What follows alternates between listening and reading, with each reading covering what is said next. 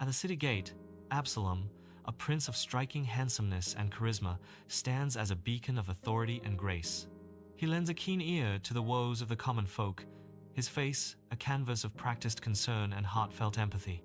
With calculated subtlety, he plants seeds of dissent, his words like honeyed poison to the ears of the downtrodden.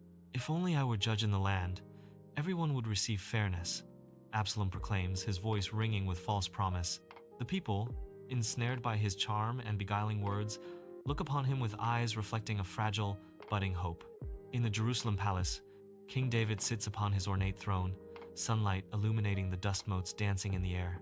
Messengers arrive, their faces etched with concern, bearing grim reports of growing unrest. David waves a dismissive hand, his trust seemingly absolute in his son, Absalom. A palpable tension hangs heavy in the air, thick with unspoken betrayal and simmering discontent. The ornate throne room cannot conceal the unease that has settled over King David and his court. Barefoot, tears carving paths through the dust on his face, David flees Jerusalem, a king stripped bare. Loyal servants and soldiers, their faces mirroring his anguish, form a protective circle around him. The ascent up the Mount of Olives is arduous, each step kicking up clouds of dust that choke the air.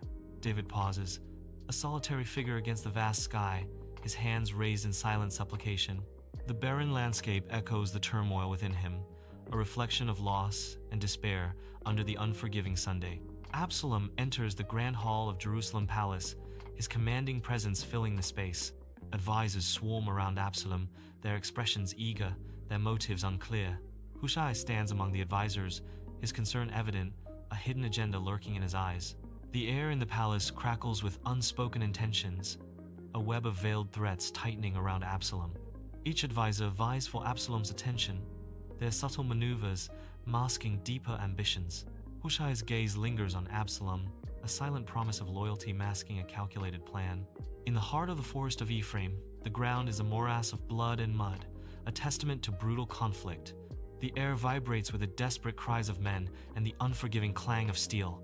Joab, a warrior etched with grim determination, forges through the carnage, his face smeared with war paint and sweat.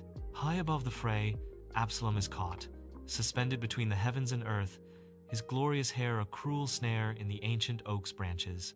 The battle rages on, a maelstrom of violence, blind to the solitary drama unfolding in the canopy. Absalom hangs in the balance, a son's fate intertwined with a brutal tapestry of war.